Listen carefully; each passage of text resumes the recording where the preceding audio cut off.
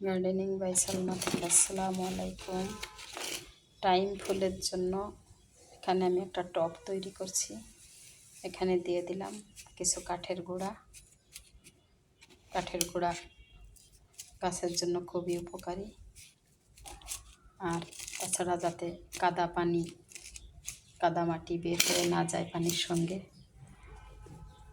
অনেক সময় পানি দিলে নিচ থেকে কাদা কাদা বের হয়, তো কাঠের গুঁড়াগুলো দেওয়াতে আর কাদা কাদা বের হবে না। তারপরে আমি এখানে মাটি তৈরি করে রেখেছি,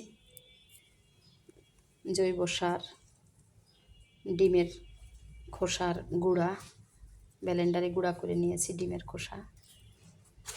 তো এই দুইটা জিনিস দিয়েই আমি মাটি তৈরি করে রেখেছি। যে এই মাটিটা এখন আমি টবে দিয়ে দেব। ছোট ছোট টবে আমি সুন্দর করে এরকম টাইম ফুল গাছ লাগিয়ে উপরে গ্রিলে ঝুলিয়ে দিয়ে, যে এগুলা দিয়ে এগুলোর মাধ্যমে আমি গাছগুলো উপরের দিকে ঝুলিয়ে দিই। আমার একটা টব থেকে এখন 7টা টব তৈরি করেছি।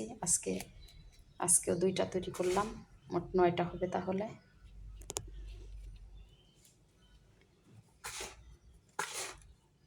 এটা গ্রিলে ঝুলিয়ে ঝুলিয়ে রাখলে খুব সুন্দর দেখা যায়।